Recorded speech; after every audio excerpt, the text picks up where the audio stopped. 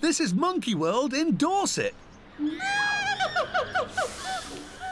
For the 160 primates living it to the max here, this is the first safe home they have ever known. Stolen from the wild, they can never return.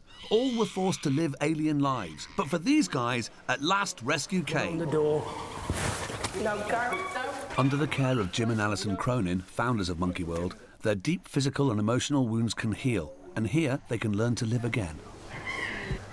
You've landed in Monkey World. And this is Arthur's monkey business. Arthur was a long-suffering pawn in the pet trade.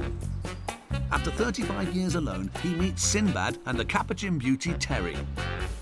Arthur has an obsession with onions. He's convinced that this stinky odour cologne adds to his animal magnetism.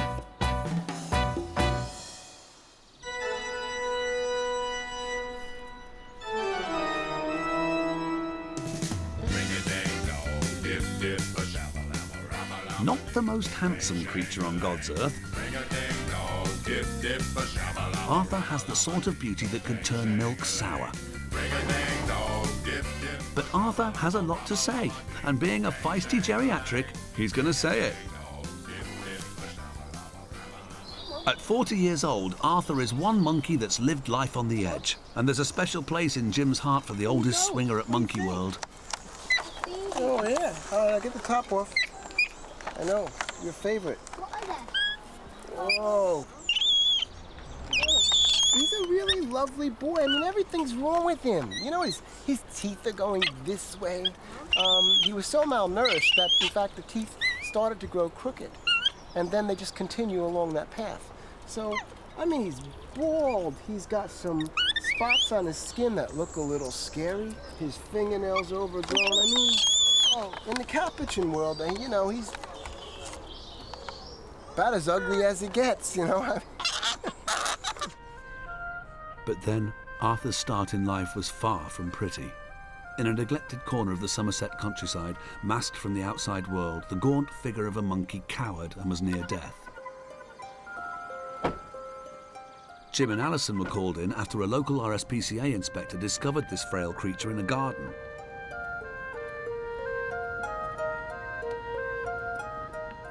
His elderly owner had died, and Arthur, in squalid conditions, was clinging to life. Oh, dear. Hello? Hello? Shouldn't be allowed in this country. Oh, dear. Barely able to stand, Arthur had lived over 35 years of his life in this outside cage. Dear. Hello? His hands and his feet are virtually crippled. He was alone, with no bedding, little warmth, and living off the meagre offerings he was thrown. On closer inspection of his home, his sparse existence was even more telling. That wet pile just inside the door there. This is all of the heat we ever had. Yes, as far as I know. How he survived that, I don't know. Just amazing. No one could believe he'd stayed alive so long. He's catching spiders from the corner of the window.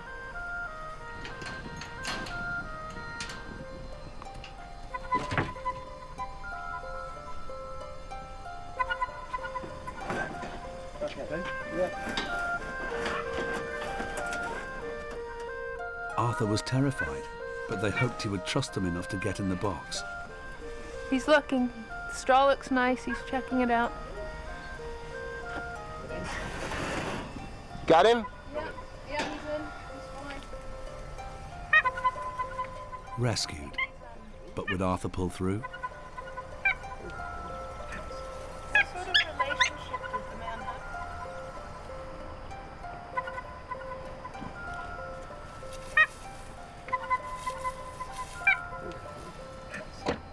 6 months on, Jim can see that Arthur is a survivor. One of the things that's happened to Arthur recently is that he lost a bit of condition for a little while there, and we thought we were going to lose him. His legs simply went. They went very weak. In fact, he could hardly walk. And that was a little bit of a scary time.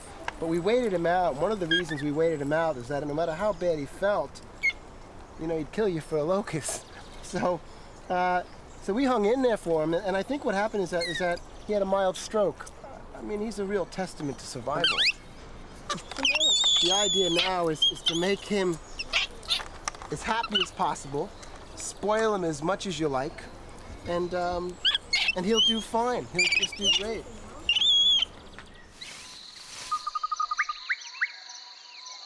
It's here in the dense rainforest of Central and South America that capuchin monkeys should thrive. In the tranquility of the jungle, they have very few enemies. They're social creatures and live in large groups governed by an alpha male. But capuchins are also known as organ grinder monkeys. Thousands were captured and imported into Europe for the fascination of others. As a result, they were considered to be the perfect pet and their fate was sealed. Many, like Arthur, began a caged existence. They can live for up to 40 years. So Arthur has survived way beyond expectations. At Monkey World, Alison questions how many other Arthurs are out there and suffering because of our legal pet trade. Actually, quite a lot of the animals that we have here at the park come from the pet trade in Britain. The capuchins, the marmosets, the squirrel monkeys are all legally kept in Britain in the pet trade, which is cruel and barbaric. So, I mean, we're trying to get the government now in Britain to address the laws for people keeping these types of animals as pets, because certainly if people are going to keep them, there needs to be standards. And right now there are no standards and the animals are suffering.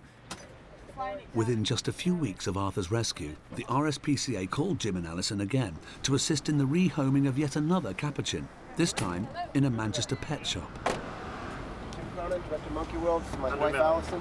Hello. Amid the chaos of cramped cages and the odd reptile making its break for freedom, they spot Sinbad in a narrow cage at the back of the pet shop. This little monkey had lived alone for 16 solitary years. He was not for sale, but his home was far from adequate. The owner claimed Sinbad had the run of the whole room to himself upstairs. They were not going to leave until they found out. Is that the only way to see it? That's the only way. Right. It's just a room that's just a mess. What it is, right. yeah, I don't want you like passing judgment on it though. Don't worry about it. Don't worry about it. It's what we do for a living. We need to see how he's I mean, used to. you can see the health of the monkey that's fits anything right well. I'll be 2 minutes this way. Making a less than grand entrance, Jim needs to collect evidence and rescue Sinbad.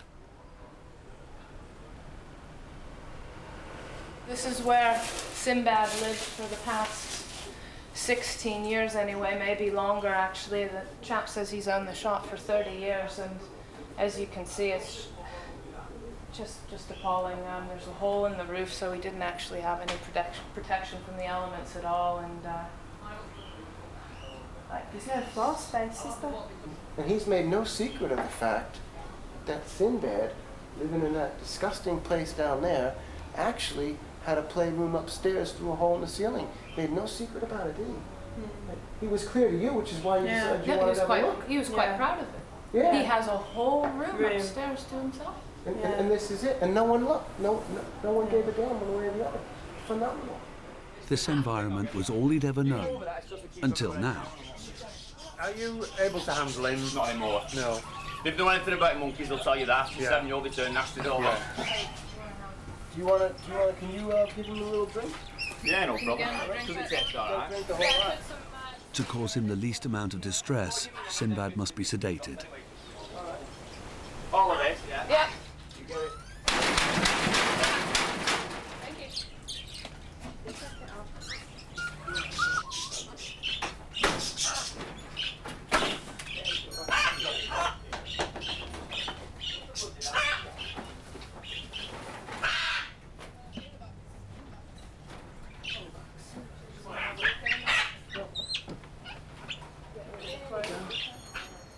Sinbad was safe. But in the space of a month, 2 capuchins have needed to be rescued from the pet trade. Back at the park, Arthur had made himself at home. In Britain, it's legal to sell small monkeys in pet shops, but there are no regulations about welfare, so it's Monkey World that picks up the pieces. Jim decides to tackle this problem of loose legislation head on. You need to know I just got back from Manchester. In the last week, In a call to the Department of the Environment, Jim wants the laws tightened up. A squirrel monkey in Wales whose mate died, and what I'm concerned about is this. If I go into Manchester and I see what looks like a missile came through the roof and blew this place up, and it was where the monkey lived for 15 years, and the local council approves it year in and year out, we're very clear that there is a problem with legislation. And I don't need another capuchin monkey in my life.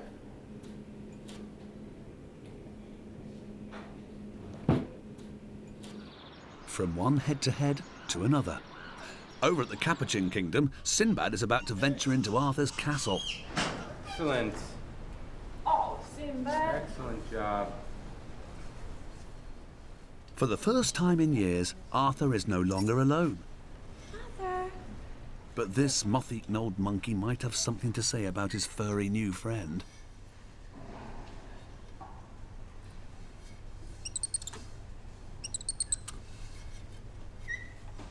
Every Capuchin troupe needs a kingpin, and so age before beauty wins it for Arthur.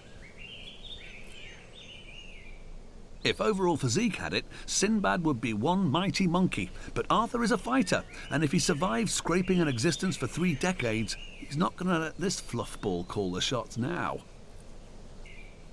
They simply don't know how to make friends, so Marina, one of the keepers, has come to encourage a bit of male bonding.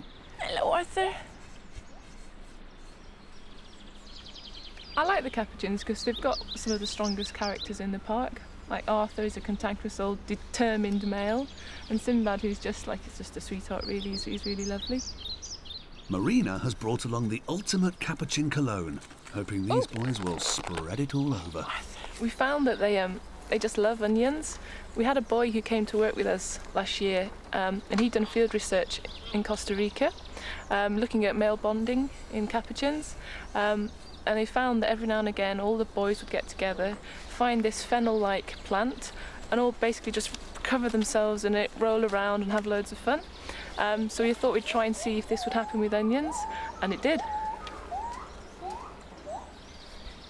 It's great to see when they do take the onion because it's bringing out a natural behaviour. And we see so many things in Arthur and Sinbad which aren't normal, but to see when they have an onion, all this innate behaviour comes out and they do stuff that they're meant to do. And the fact it brings them closer together because there is a bonding process as well, which is very, very important for Arthur.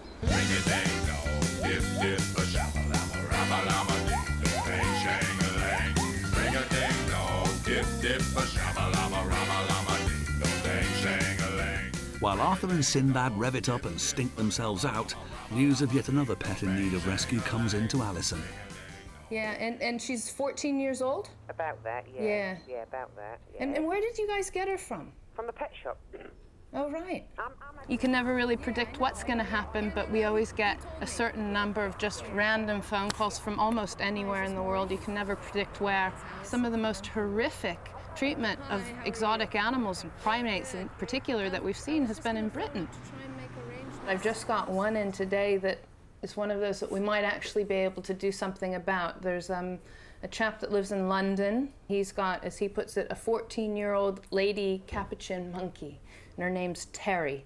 Did someone say lady? He's now 38 years old and might be the equivalent of an octogenarian, but Arthur's hoping there's life in the old boy yet. After watching Monkey Business, a London family realised their pet Capuchin should be in the company of her own kind, not in a cage in their living room. Right. Yep.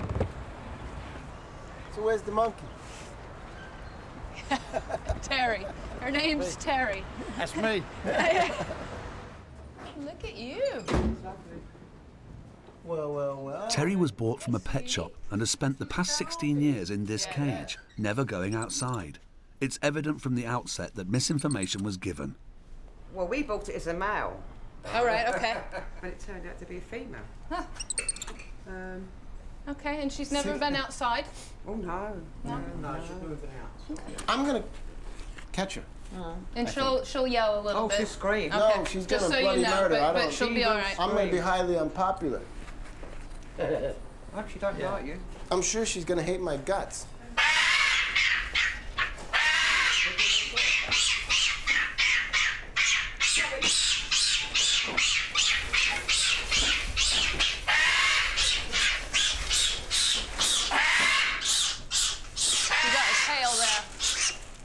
That's the face. Yeah.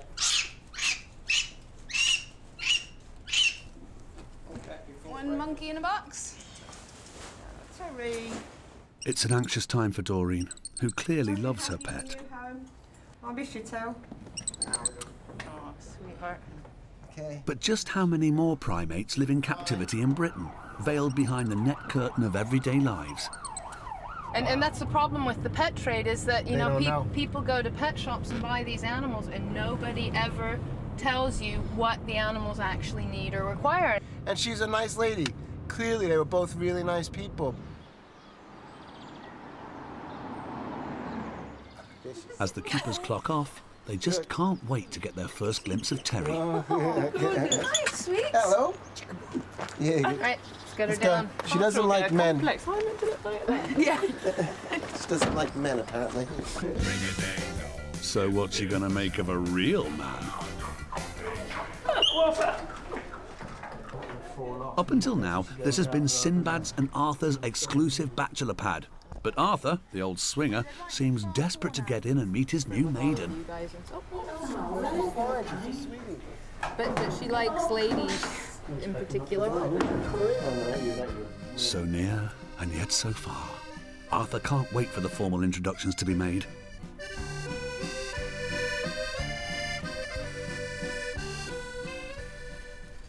By the way, Arthur, in his past, has been with, you know, a lady before, a Lady Capuchin before. So But many, many years ago. it's been 20-something years. Yes. It's been a long time.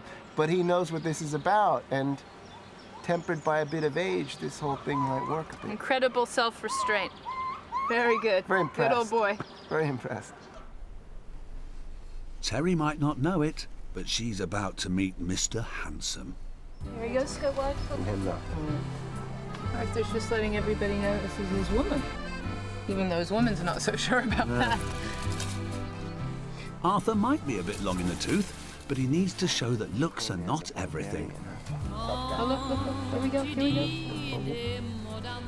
After years without a mate, does he still have the gentle touch? Oh, I'd like to touch you. I'd like to touch you.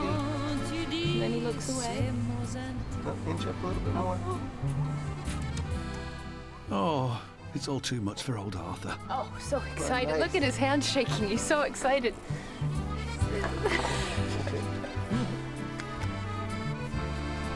What a wonderful boy. And then when she gets spun out, he moves away.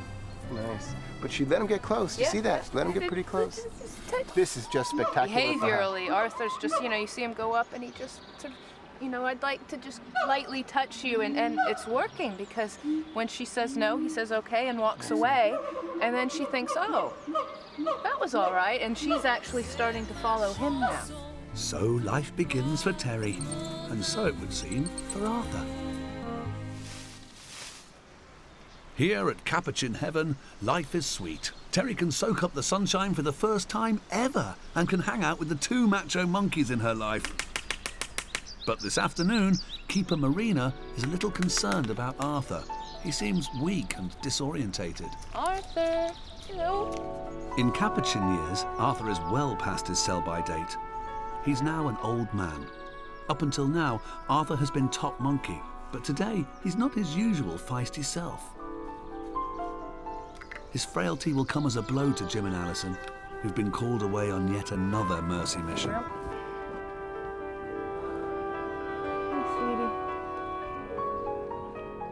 Up in the north of England, this Capuchin is in need of rescue. You know, what we're finding is what's becoming clear.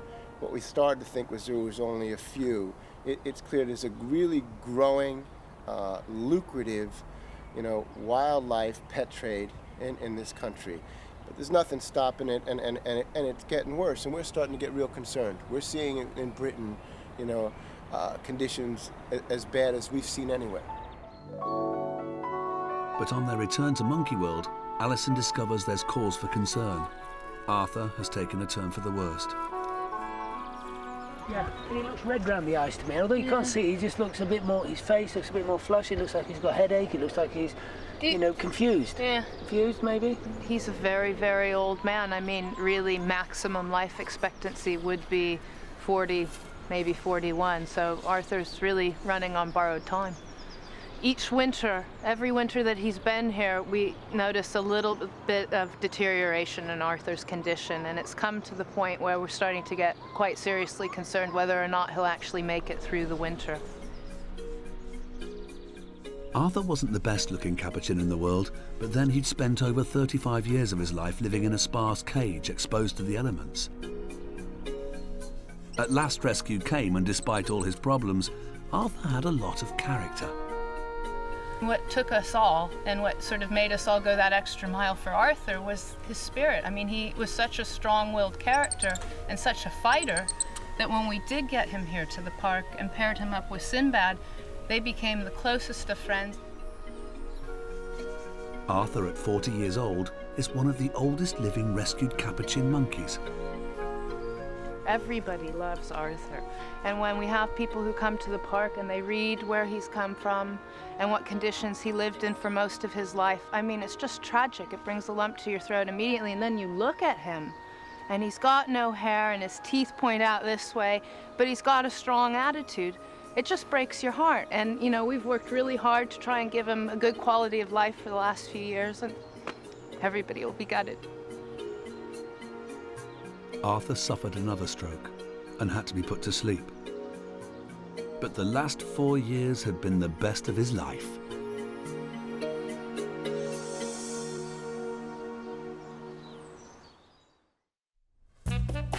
Next time on Monkey Business, is that a chimpanzee or is that the famous Turkish TV star?